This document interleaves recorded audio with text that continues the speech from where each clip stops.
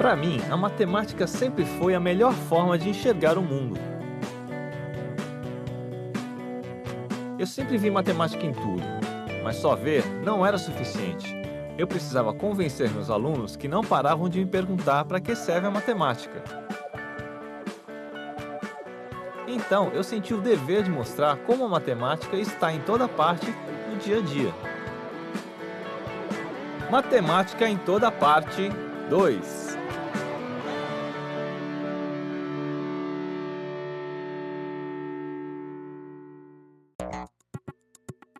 Algumas cidades são tão grandes que para entregar pessoalmente essa carta, talvez eu leve um dia inteiro e mesmo assim não encontre o endereço. Por isso, a entrega das cartas nas grandes cidades depende de empresas altamente especializadas, que trabalham com uma série de conhecimentos matemáticos. E é justamente a matemática por trás das entregas de correspondências que eu estou indo investigar agora. Só quando a gente entra num centro de distribuição como esse, percebe como pode ser difícil entregar uma carta. Para organizar toda essa correspondência, que vai para um monte de lugares diferentes, separar as cartas segundo critérios bem definidos pode ser uma ótima ideia. Há muitos anos, o critério de separação utilizado pelos Correios é o bom e velho CEP, ou Código de Endereçamento Postal. O CEP é um código numérico composto por 8 algarismos decimais, e nenhum deles entra aqui por acaso. Cada um dos 5 primeiros representa uma subdivisão do território brasileiro. E os 3 últimos indicam localidades, logradouros, códigos especiais e unidade dos Correios. Dessa forma, o CEP facilita a organização das correspondências e é um ótimo exemplo da utilização dos números como códigos. Nas cidades, a gente está o tempo todo usando os números para codificar, ordenar e contar. Depois de separar as cartas e saber para onde elas têm que ir, a gente precisa entregar cada uma delas.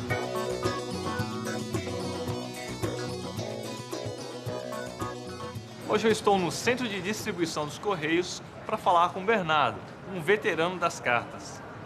Bernardo, você já entregou muitas cartas de amor? Acredito que sim, né? Sempre é bom fazer essas entregas. Como é que você organiza as suas cartas dentro da sua bolsa? De forma a otimizar o meu tempo de entrega e que ele seja facilitado. Você faz um planejamento da rota? Bom, eu planejo muito em relação ao tempo. Quantos quilômetros mais ou menos você anda por dia? De 2 a 4 quilômetros. E quanto você carrega em quilos? Bom, de 8 a 10 quilos.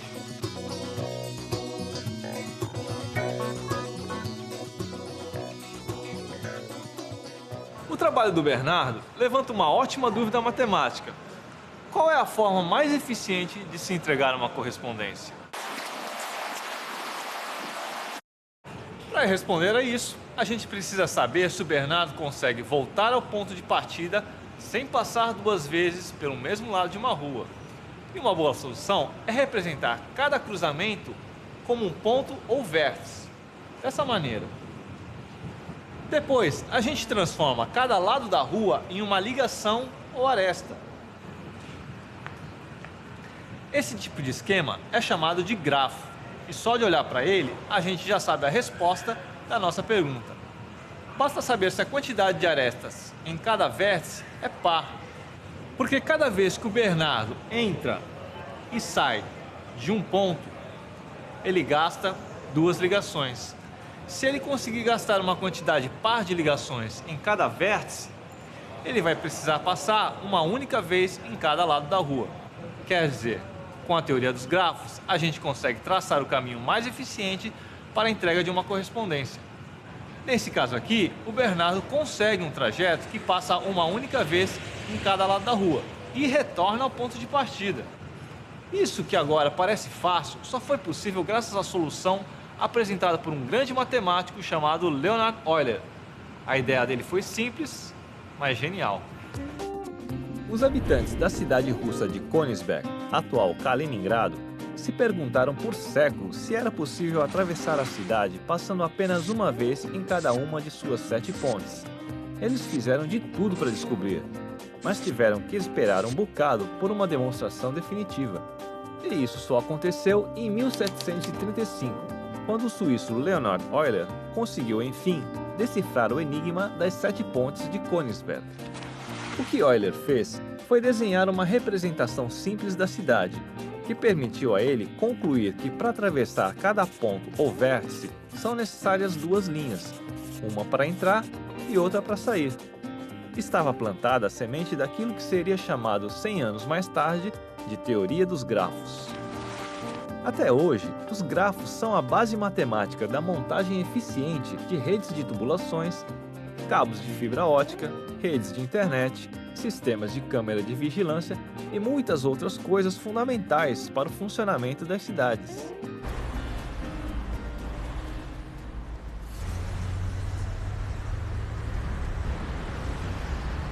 Pesquisar a entrega de correspondências faz a gente ver como a matemática ajuda a organizar a vida na cidade. Mas cartas, encanamentos e redes de internet não são as únicas coisas que a gente precisa para viver nas cidades. A vida urbana é tão complexa que a gente está o tempo todo construindo, reformando e modificando a cidade para tentar fazer dela uma casa mais confortável. Se tem uma coisa exclusiva das cidades que me deixa de queixo caído, é a arte urbana. Porque os artistas conseguem realmente transformar espaços abandonados e decadentes. É um tipo de intervenção que deixa a cidade mais aconchegante e agradável. Por isso, me deu vontade de ir atrás de um artista urbano, para entender melhor como funciona a vida desses caras. E como não pode deixar de ser, aproveitar para investigar onde tem matemática na arte urbana. Hoje eu vou conversar com o artista Marcelo Jou, um cara que se suja bastante na hora de trabalhar. Jou, a parte mais difícil do seu trabalho é lavar as roupas depois de pintar? Não, na verdade eu tenho as minhas roupas de pintura e aí sujou, não tem para onde correr. E que tipo de material você usa normalmente?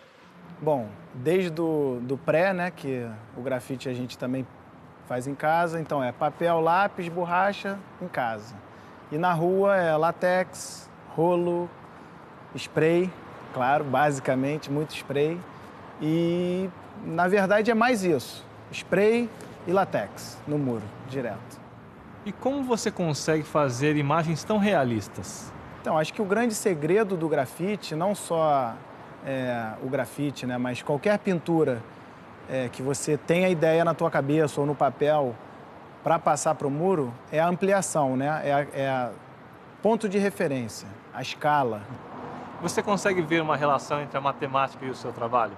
Cara, assim, a gente pode não pensar matemática, que é a matemática que está ali, vou calcular agora, mas ela está ali.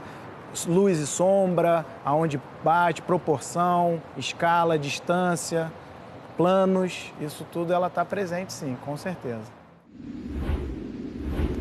Uma boa parte das imagens que a gente produz tem a intenção de parecerem reais.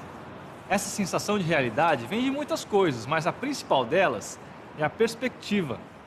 Ela é a responsável pela sensação de profundidade numa pintura, por exemplo.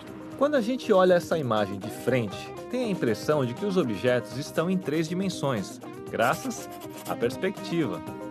Para usar a perspectiva corretamente, a gente tem que levar em consideração o ponto de fuga, a linha do horizonte, o ponto de vista e o plano projetivo.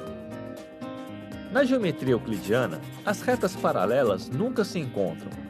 Mas quando a gente vê 2 paralelas num plano projetivo, a impressão é que elas vão se encontrar. E elas se encontram no chamado ponto de fuga, que é o ponto de convergência das linhas que descrevem a profundidade dos objetos.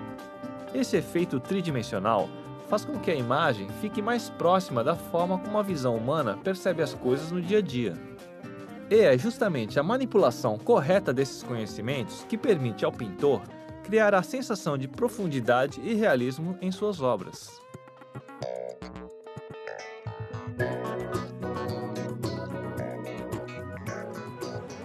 Outro efeito artístico muito interessante foi obtido quando se mudou o ponto de vista.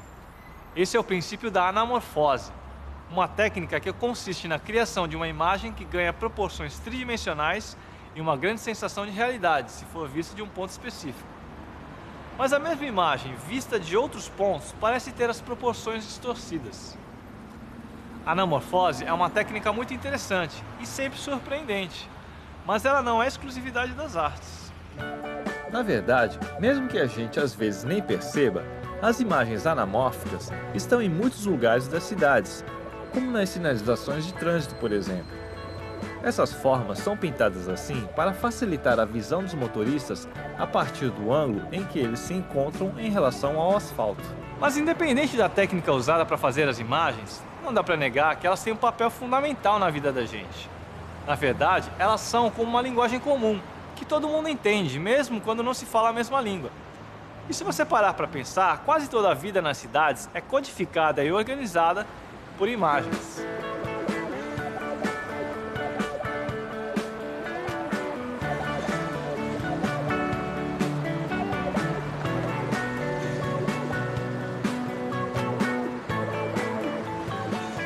As cidades são muito complexas. É tanta gente e tanto concreto que a gente passa o tempo todo criando novas formas de organizar a convivência entre as pessoas e amenizar a dureza da paisagem. A matemática tem ferramentas incríveis para tudo isso. Quer dizer, se viver nos grandes centros urbanos é uma arte, a matemática certamente é uma das tintas mais importantes que compõem essa tela.